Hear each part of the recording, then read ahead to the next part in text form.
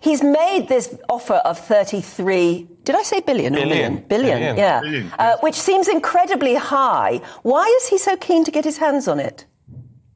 Well, it's interesting, because Twitter's free for all of us to use, and we're all over it. So, it must be worth something to him. And the thing that it's worth is us.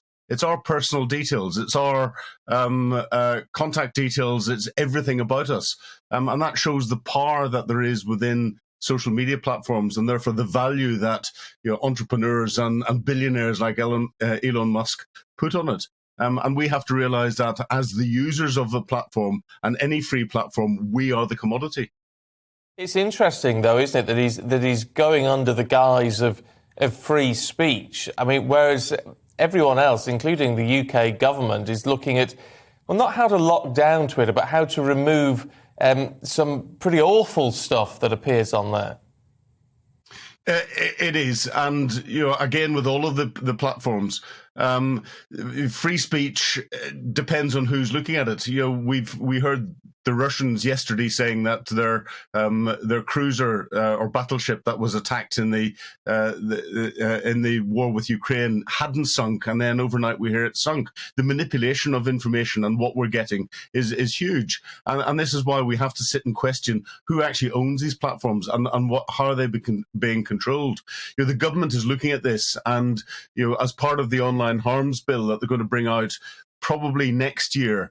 Looking at the parliamentary timelines, they're going to try and make sure that there are better controls in place for what can be put and what can't be put. But then there'll be accusations of that being censorship.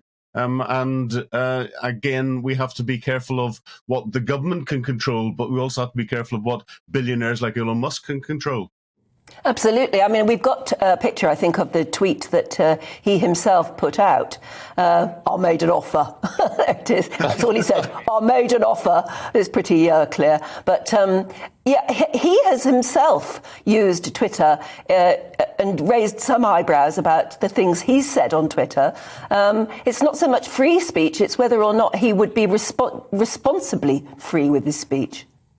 Well, exactly, and he's used Twitter to manipulate things. I remember earlier on this year, or could have been at the end of last year, he turned around and talked about using Bitcoin to buy his cars and enabling that, and the price of Bitcoin went up hugely. And then all of a sudden, he turned around and said, "Oh, I don't like Bitcoin anymore. I'm going to follow this other coin and allow that to be used." And Bitcoin dropped, and the other coin went up. And the cynic in me would say he was doing that just to manipulate the market, so he could make even more money on what he was doing because he was investing in these different coins and influencing the prices. He's an influencer, and the question is, should an influencer have the ability to control platforms that can, at best, try and suggest the way people would think, at worst manipulate the way people could think? And there's very good research out there to show that you using fake news, using propaganda, using different techniques,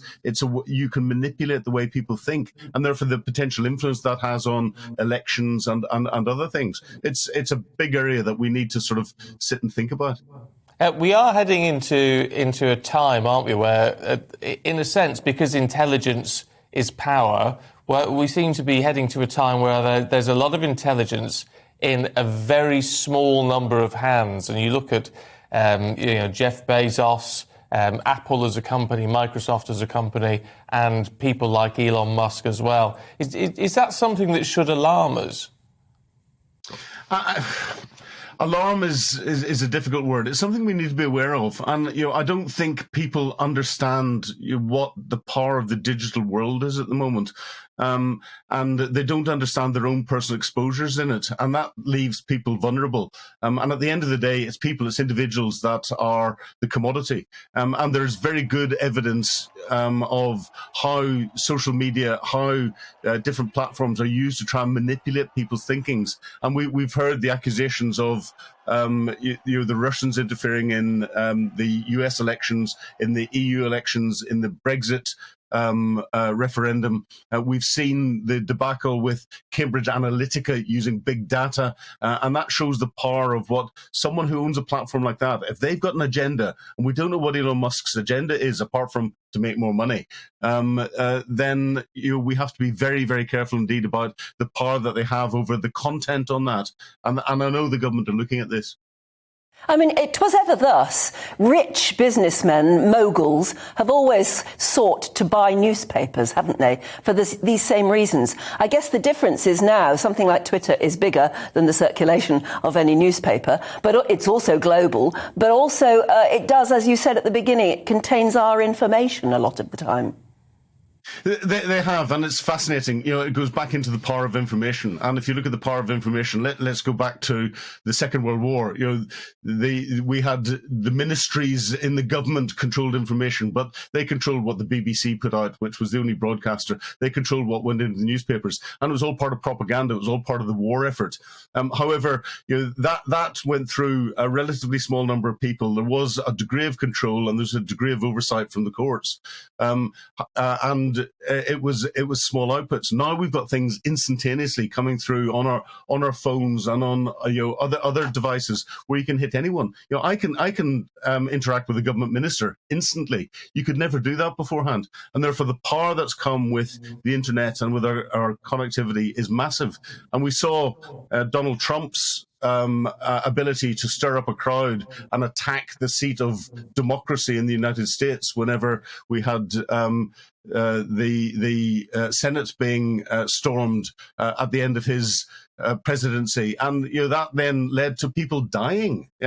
We have to recognise that information is very, very powerful today, and we need to know who's controlling it and why they're controlling it and what they're going to do with it. Welcome to the GB News YouTube channel. You can watch us live 24 hours a day, catch up on your favourite shows, and join in the conversation in the comments below. Don't forget to subscribe and you'll never miss any of our exclusive content.